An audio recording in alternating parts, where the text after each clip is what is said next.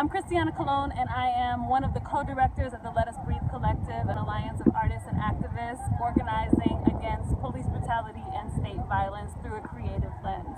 And we are here at Freedom Square, which is a Let Us Breathe project in collaboration with activists, organizers, and just Chicago residents all over the city who are coming together to make this space possible. Freedom Square is a protest, opposition, occupation that is standing for love, fighting for freedom, and building community in North Lawndale in opposition to that building across the street. That building over there is Homan Square, an internationally notorious CPD black site, which means it's a place where illegal detention and torture has been happening for decades to the residents of North Lawndale and black people all over Chicago who have had their property seized, who have been illegally detained.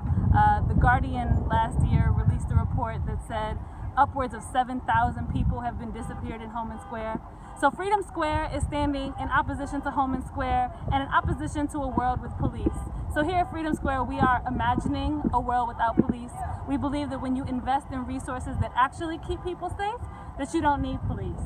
So we are asking the city to defund Homan Square, to shut down Homan Square, and to invest the resources that are used to keep that torturous place open back into the community, to invest in resources like restorative justice, mental health, education, employment, fair housing, arts, nutrition, and addiction treatment. And we believe that when you invest in those things, when communities can hold themselves lovingly accountable, that you don't need a violent police system to keep people safe. More police have never kept us safe. Police are a violent occupying force. Police actually destabilize and create more violence in communities.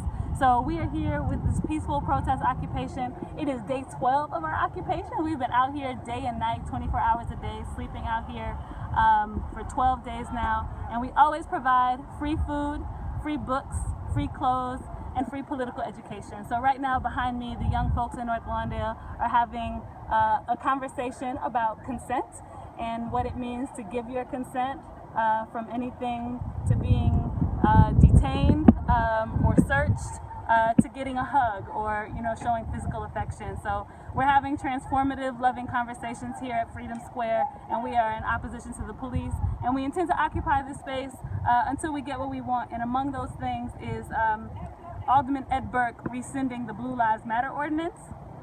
Alderman Burke has proposed to City Council legislation that is popping up all over the country that moves to make hate crime legislation extend to protect police officers, which is an absolute travesty because police already have almost zero accountability. The reason that people have to protest the police is because there is no mechanism in America for holding police accountable for their crimes. So the idea that you would expand laws that are meant to protect marginalized identities to the most protected group in America is actually atrocious. It would essentially make any altercation with a police officer a hate crime, and so it specifically targets protesters and could make protesting police violence a hate crime, and you could get a felony just for voicing your opinion about the police or against the police. So we're out here in opposition to that legislation, in support of the CPAC ordinance, a Civilian Police Accountability Council, and demanding that CPD release the documents regarding Pierre Lowry's death. Pierre Lowry was a young man that was murdered by CPD just a few blocks from this site. His cousin has been out here camping with us and in support of us and building community with us. So we're here to serve North Lawndale, to oppose the police, and to imagine a world without violence and a world without a militarized police force. I work with Uber and Lyft. We do rideshare in the city of Chicago. I was driving by one day and seeing they had a little camp set up here. I was kind of curious what was going on. And so I talked to the people here, and I think it's a good cause of what they're doing to find more employment and jobs and everything else in the neighborhood, and also pertaining to the Homan Square across the street.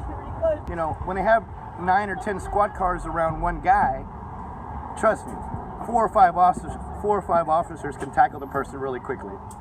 So, I could tackle somebody easy too, but it doesn't mean they should shoot them multiple times just to prove a point.